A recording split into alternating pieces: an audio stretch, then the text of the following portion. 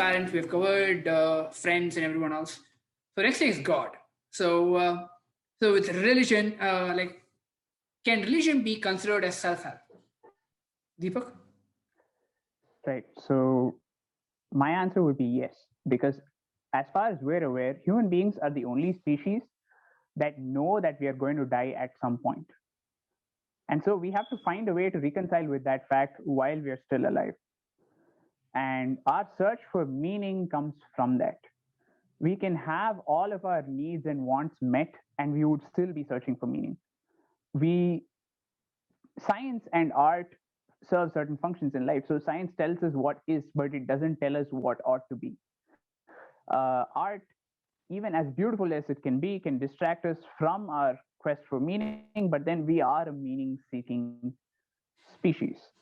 And so inevitably the one thing that we've found which tends to penetrate the loneliness of the human soul is the kind of profound love that a lot of religious leaders talk about.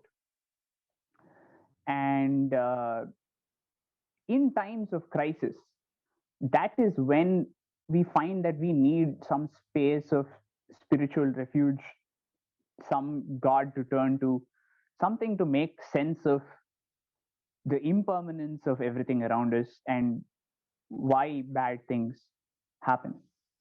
And it is in times like this that I feel it really helps your self image to see that you don't control everything in the world and that you cannot find answers for everything. And sometimes you just have to accept the uncertainty and ambiguity that makes up what life is. That's actually a very good point.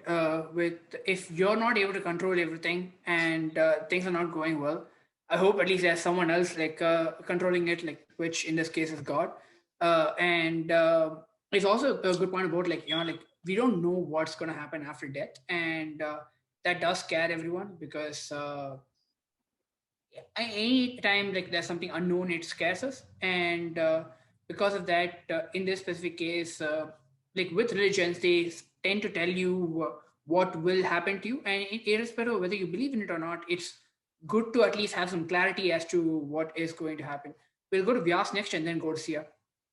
Yeah, so I have a slightly different take. I was talking with my colleagues here at work about religion and what it meant. So there are certain things in Hinduism where there are certain days where you fast. There are certain days where you don't cut your nails at night. So these are things, or the things that you don't do on certain days, and all these practices fell under religion, or say giving charity, the concept of charity. So the way I look at this question is, so religion or the concept of God was a tool to make people do things that weren't backed up by science then. So now we have proof that fasting can help on days. Now we have proof that by giving away charity or being nice, being kind to people can help your positive self-image, positive self-esteem. So the people who were smart and people who were looking at these different things on how to improve the human body and the human image, they didn't have the science to prove what they were saying.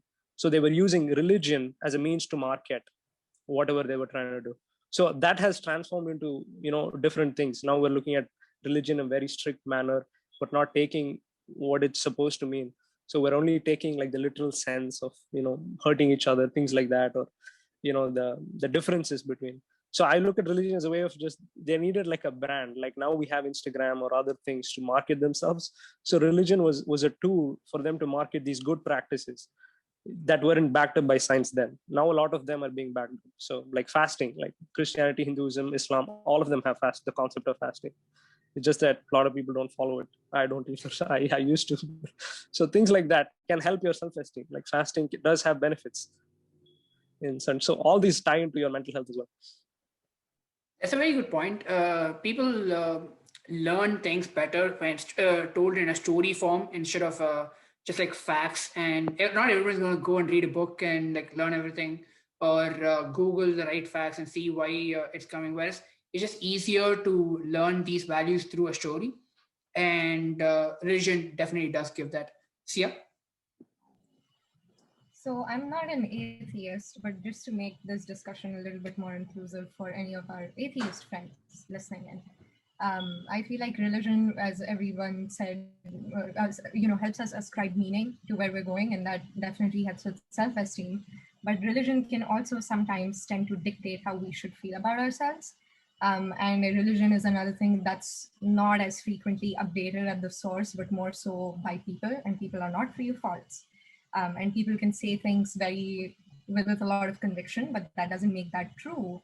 And so with anything, and now substituting religion for like self-help influencers or just strong people on the internet, or even some therapists to a certain extent, there's a lot of people who are very keen on telling us how we should feel about ourselves, and the only kind of filter that we can have between that, be it even if it's coming from a book or it's coming from people who have proclaimed to understand that book, it's probably still just their perception of it, right? Or if it's people around us, that can change how we feel about ourselves. So question everything, question absolutely everything, because no one who's your friend doesn't want you to what you're saying, or what they're saying out there. So yes, they're giving you a structure for meaning, but for anything that's written anywhere, no ideology, even if it's an ideology that's telling you that you should feel good about yourself, should be given a free pass. So yeah, it's helped me to use my own radar of my own, moving away from morality or religion and more towards efficiency and how I make the people in my life feel and how I feel. And the long-term consequences, or even the short-term consequences of things, might be another way that you can go about people. That's a very good point. Questioning is always a good thing.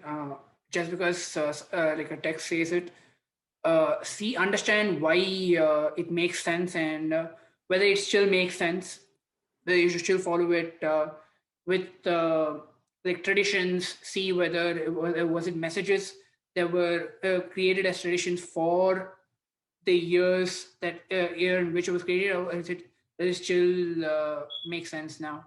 Yeah, very important to question things. Deepak? Right. So to add to what Sia said, I want all of you to answer this. Right. How much do your values, however you define them, affect your self-image, and in what way? Krupa, do you want to go after this?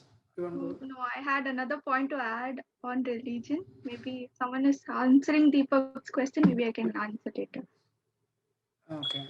No, say your point. That's fine. So yeah, religion as self-help. Uh, Actually, I want to share a personal experience. I lost my pet recently. So the religion I follow says there is reincarnation, that the pet comes back and you might meet them in your lifetime, or you might meet them in your next lifetime, and such things. But seeking answers from other religion, I found this beautiful place called Rainbow Bridge, where your pet waits for you in the gates of the heaven, and once you go to heaven, they come inside with you. That's such beautiful thing. That one thing helped me to help me grieve effectively. It helped me. Now when I miss my pet, I think about a rainbow bridge, my pet waiting for me. It helps me so much. So such things in different perspective of different religion will help you. But I also want to add that most of the religions are based on guilt and shame. The you know there are a lot of musts and should, like Sia was talking about. But once you go into that, it is going to severely affect your self-esteem. Like, I don't know if you have, if you're following Lil Nas music video right now, where he goes to hell. He talks about how, as a kid, people kept telling that he was going to hell because he was gay, and that you can you imagine how terrifying it would have been on him, how he would have perceived himself, in such a bad light. Religion does that to us. So it is important that we don't like take every must and should, but there are so many beautiful other things that we can, like, that will help us a lot. I'm really glad you brought up the point. Okay, Vyas. No, I just I was just super impressed by when she mentioned that, because I've been listening to that song for a while now, and I don't know how I missed his songs, the ones he came out previously. I've listened to Old Town Road, so and there's Holiday as well, which is good, great visuals. So the point about this song, right? So it's really awesome, because I was watching this one video where a pastor from one of the churches in the US, so he was reviewing this video, and and there are certain things which he said, like, that was just striking, in a sense that he talks about dancing on the devil, like he gives a lap dance to the devil. So it's kind of like it's kind of like a like a response, like in the best possible manner, to all the people who who prejudice, or who put who bring the element of shame and guilt in conversation. So it's a really great song. Like, I still haven't understood meanings of a few of the other songs. Like, I'm still trying to understand how the visuals correlate with the meaning. But it was a great song. Yeah, good mention. Good point. Good point. Deepak.